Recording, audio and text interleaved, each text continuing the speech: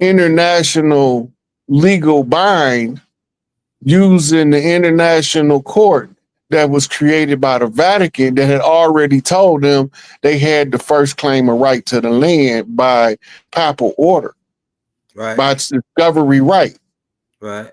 Right, because we didn't have any rights they was bound to respect ever.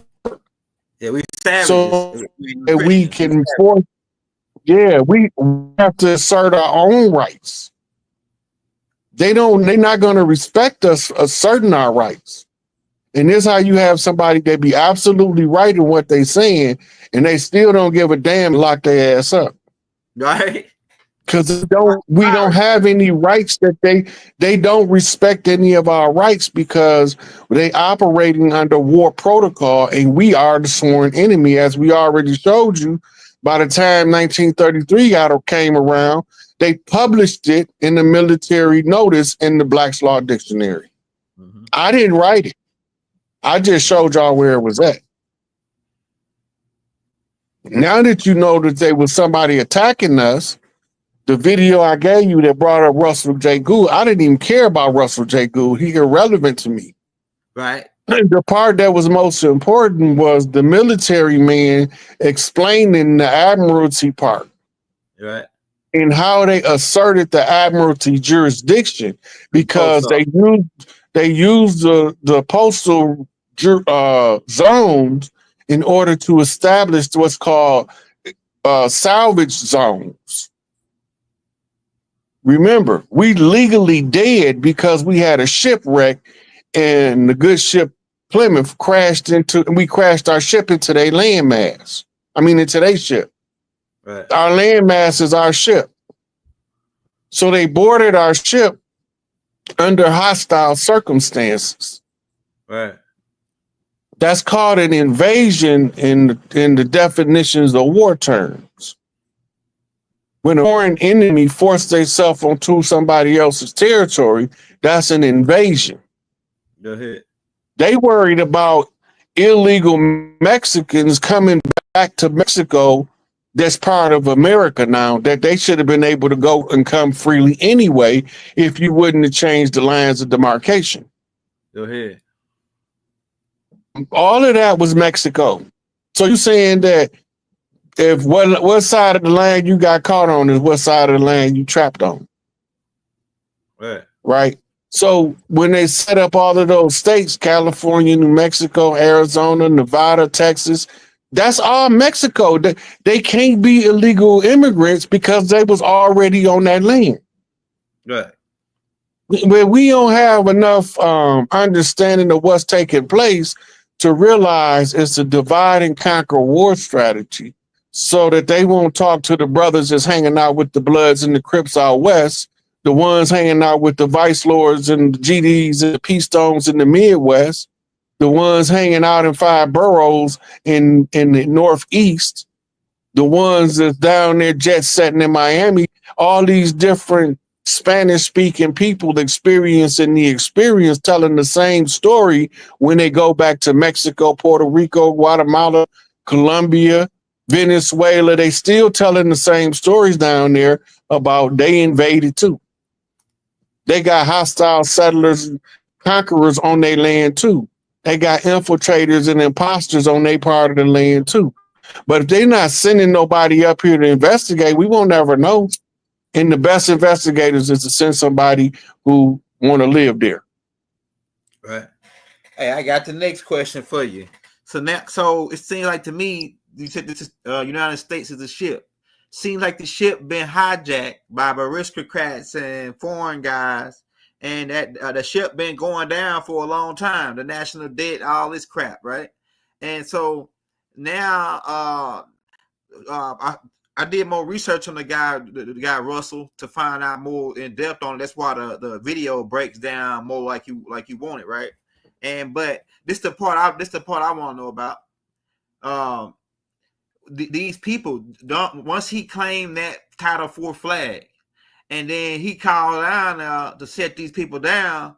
They said that, well, since you the man, and that we declare war against you. We ain't shutting down. We declare war against you, and they hung up in his face. So how do one man who got to claim the flag go against the rogue government who got control? He can't do it by himself. Go ahead. If he don't have military might behind him to enforce his jurisdictional supremacy, he might as well not be even say nothing. Go sit your ass down. That's what I'm saying. Right. There are people that can enforce it now. It can be enforced. But the problem is, it's not enough of us for it to make collective sense that when we enforce it and they come with overwhelming force to try to stop us, it's not enough for our people that understand the conditions in which would require us to use that avenue. Yeah, the bankruptcy in the United States bankruptcy. Could you go into United States bankruptcy? They bankrupt for the third time, final time in 1999, and they pretty much had to be vacated by 2000 November 3rd, 2001. But they still there under pretty much the enemy, like as enemies, pretty much. Trespassers. They are occupiers. Yeah, they've been occupiers since 1776. Damn. They was invaders from 1492 to 1776. They were just invaders. 1776 they became occupiers. They had the most powerful military as they have now to enforce their ability to stay on the land. But you got to remember, some of them military old heads figured out the fraud. And they just had to wait for one of the rightful heirs to be able to competently and coherently describe the fraud, the rightful heir position as pretender to the throne, right? Blood rights to the land that's tied to motherland, the rulership rights tied to the fatherland, red house, blue house, in order for him to be the royal son, the purple child, right? And now you sitting here, they're looking at purple haze all in their eyes. I guess they can kiss the sky. Unless they want to run into Lucy in the sky with diamonds. But they'll set the record straight. That's right. And all of these tribes have contributed this part of the piece that they were supposed to contribute in order for us to put it all back together. Even the ceremonial tribes. Ceremonial tribes, a lot of times, was given contracts by the government, but they took sides with the outlaw tribes. And so they became blessed in as ceremonial tribes, but they still their own tribe. Right. And a lot of them came through the Muskogee Creek Nation as honorary tribesmen in order for us to be able to use their skin tone to get into places we couldn't. Right. So we begin to make arrangements across the land. These old ladies was having bridge meetings in the attic while they bridging the gap between the motherlands of the rightful heirs and the other heirs of the world that came over here. Right. In order to put together a cohesive plan, they needed to find a son of a mother that's a rightful heir that they can all get behind and say, this is our son whom we well please. He came to get our shit for us. Please hand it over before we turn him loose all the way. We trying to be nice about it. We putting it all out in the public for the public to scrutinize it, tear it apart, do what they want to do with it. But when they put it all back together, it's still going to be the same. It's going to be a public notice based on the blood and the right. Notice the agent is notice the principal. As long as it's in the timestamp archival format that all social media fits a standard for. That the public has the information and the information is in the public domain according to the oral tradition of the tribes that's always been already been recognized as a standard for the people to follow in order to serve their redemption upon the colonizer to occupy their land. Now we're just waiting on the military to make the next move. Yeah, hey, I don't even use the word cellular. They're not cellulars. They colonizers. That's not. Ain't no such thing as coming over to settle on somebody's land. You a colonizer, man. Occupiers. Yeah. Colonizers and occupiers. Yeah, ain't no such thing. You come out, you a free grazer. That's what we call them, free grazers. Hey, but that's my next question. Yeah, that's my next question. So now that we on the post office now. We on the Benjamin Franklin post office in DC, I think, and then you got Philadelphia post office. Now we found out that because my girl, once it hit me, and my girl used to work for the post office, so I started to ask her a couple of questions about what going on at the post office. And so she said they had to swear in at the post office to the Constitution. I was like, damn, that sounds like a military thing, right? And then she goes on to say that the federal mail, I mean, you can't like messing with somebody's mail is a federal offense. So the post office is more like a military operation than somebody that's just delivers some mail. So could you go in on the strategic operations on, because when you go send the IRS, they mail you stuff in the mail. When you attack through this pirate type system, they attack you through the mail. Could you go more in on the scientific side of with how they running this mail game, fraud game? So it's called service or process, or Okay. process of service. Mm-hmm. Because they control the post office, every step of the way they have controlled the process. Mm-hmm. Right now, they have to serve you at the end of the process. Obscure does them serving you. Everything they serve you is a bill. Yeah. Yeah. You got to remember what a bill is. Remember the Saturday morning cartoon. I hope and pray that I will. Yeah, I'm still a bill. I'm sitting on Capitol Hill to become a bill. A bill is a financial instrument that carries the weight of a financial burden. Mm-hmm. Right?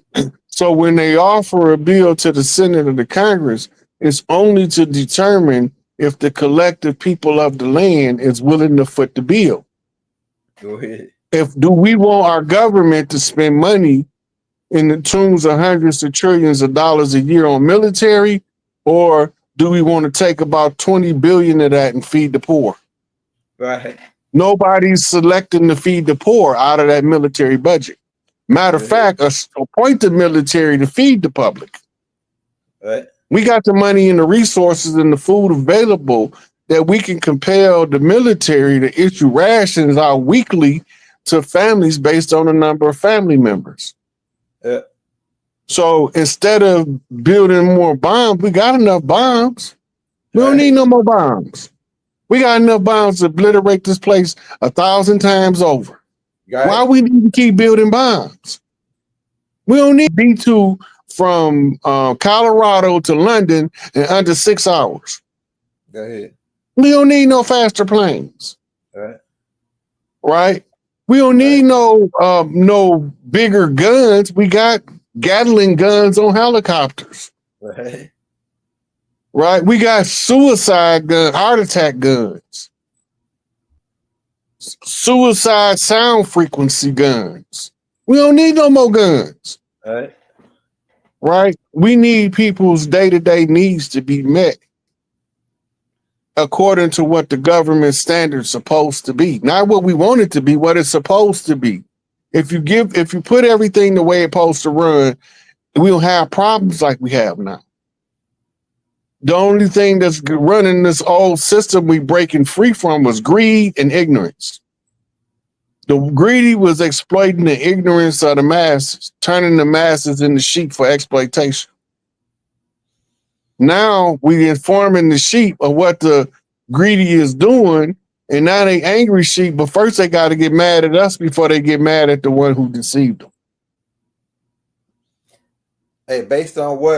So Rob, based on what the data I collected so far on piecing it all together based on the time frame we're coming into now, what I see is a war between us and somebody else, because we cut everybody off. Really, technically, we cut everybody off. The Pope, everybody. We don't want nothing to do with none of y'all. So, do you think it could be repercussions because we cut all these guys off? The Pope ain't getting this cut no more. The Crown ain't gonna get no cut. Donald Trump liquidating everything, everybody holding us, so we can restructure the whole government. So do you think that somebody gonna get ticked off with us, or try to use the brick as a weapon to bust us upside the head because they are forming the brick? The United States Treasury is signed on the United States Treasury is signed on to the BRICS nations, but the Federal Reserve is not. Go ahead. Let that sink in. Yeah, that's right. America is going to be all right as long as we stop our rogue politicians from instigating conflicts around the world in our name. Go ahead. Right? They're using the weight of our soldiers, the baddest on the planet, always have been, but they're using us. First, they got to keep us fighting each other, and then they handpick the ones they need to go fight overseas. Yeah. Yeah. Right. So once they get the pick of the litter, out of all of the litters, they got the best team. Now, the only thing is the team been so busy fighting everywhere else that the home front then got infiltrated by fraudsters. Right. Right. We got to overcome the fraud mechanics first. Most people don't know that the government is a whole fraud. They had to reenact it in Afghanistan and Iraq so we could see what it looked like. When you get attacked, invaded, and occupied, what is the first thing they did when they invaded? First they invaded, then they built prisons. First they invaded, then they built prisons. Why they build prisons first? Why they didn't? Right. Why they didn't build massive feeding facilities for the people? Right. First, and then build prisons. They had no intention on feeding the people. Never crossed their mind to feed the people. And any man that it did cross didn't say nothing because they started to come on MIA. Yeah, or get a bullet in the back of their head. Now like we going. Yeah, suicide bullet in the back of the head.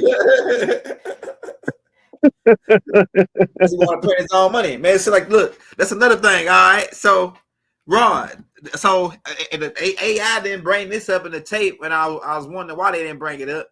But the military guy made mention of strategic contracts, and so I did a little research on it and found out it's tied into mineral rights, and it gives you the rights to use the bronze, gold, whatever, to print your own money. And so the U.S. government the Federal Reserve don't got no rights to print money on our land no more. But how they still print land if they don't got the flag to print money under the U.S. flag no more? And two, they're not printing new money. They're circulating old money. Right, but it's like to me, you got to remember they had warehouses that those notes. They had warehouses of that stuff on pallets. That's right. That's right. Right. They used to trade countries using pallets and stacks of $150 bills. Dang. If you go back to when they invaded Iraq, when Saddam was in power, they found truckloads of money in euros. They found like a couple $1 billion in euros and a couple $1 billion in U.S. currency. Yeah, I remember that. Right. He was using. All Arab countries was doing it. They was using the fiat that the oil was traded in through Aramco and OPEC. And the fiat was they was buying up gold bars. Man, Rob, so they was outsmarting their enemy. Dang. They knew that the oil situation was about 100-year pursuit when they found oil in Saudi Arabia. I think it was back in 1945. right? You got to remember, before the discovery of oil in Saudi Arabia was dirt poor. Right. They royal family lived like paupers. Right. They didn't have no palaces. They was living in sand huts and tents in the Saudi desert. They didn't have bustling cities. They had little villages all over the place. Right. But now that we looking at places like Saudi Arabia, Dubai, Kuwait, and they got all of this massive construction, all that stuff is under 100 years old. Right. That's right. Right? We haven't even got 100 years old into Saudi oil production. America was producing oil during the colonial period. Let that sink in. Why we all of a sudden not producing oil no more? Right. They still pumping it. Them pumps in Mississippi still pumping. The ones in Arkansas still pumping. All capital of the world is Oklahoma. I mean, the all capital of the world is Oklahoma. Where's the oil going? Yeah. If we buying all of this oil in the Middle East, where's the oil being pumped in America go? Where's the Mexican oil going? They like 10th in the world in oil production. There you go. Where they oil going? Right? Right. California got oil pumping. You could be driving through California. In the middle of nowhere, you see all of these fucking pumps pumping oil. Where's the oil going? They're not allowed to sell it. It's on military reserve. Yeah. And the main one was in New Orleans. And that's why you had to Katrina to pull the oil heist. Katrina was the biggest oil heist in world history. Was when they pulled the Katrina and leaked the reserves in New Orleans out, and they brought BP in because BP was connected with Obama and all that, and they pulled the oil off the ocean because you could pull water and oil don't mix, so you can pull the oil out the ocean, fill your tanks up, and they made off with truckloads of our oil reserves during the BP oil spill at Katrina. It was the biggest heist ever. The biggest oil heist. Hey, you know, a lot of people don't know about that, El. You know, you bringing back something that Judge Joe Brown told about it. Judge Joe Brown exposed them. It was a big right, but you gotta remember this. Yep. We still arguing in the hood. Did the military blow the levees or not? Right. We still arguing about that. We ain't even got to what was the catalyst. Right.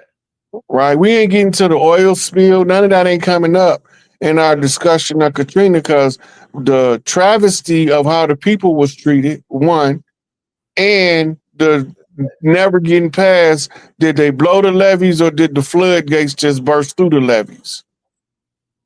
Right. Because they know New Orleans is below sea level. Right. Right. So all they had to do is they don't even need a whole lot of explosives. And the kind of weather that was coming, that's a cracker to do. Right. So they flooded out, I think it was the whole 9th Ward flooded out. Yep. And you go through the night, a lot of people move back and just and relocated to another part of the city and stayed. Right. That's right. That's not the first one of our cities they flooded out. We got records of the floods where they flooded out cities like Lake Lanier.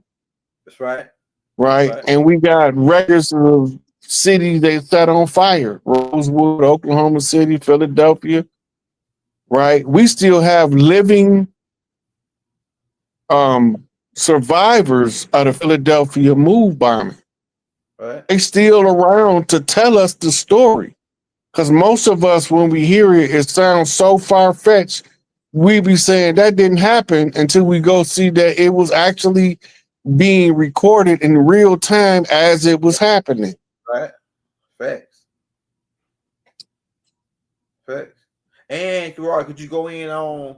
Okay, so I'm coming to find out that the military, the U.S. government is guilty of a lot of stuff. So leading up to that, the Nubians were over here even after all of the stuff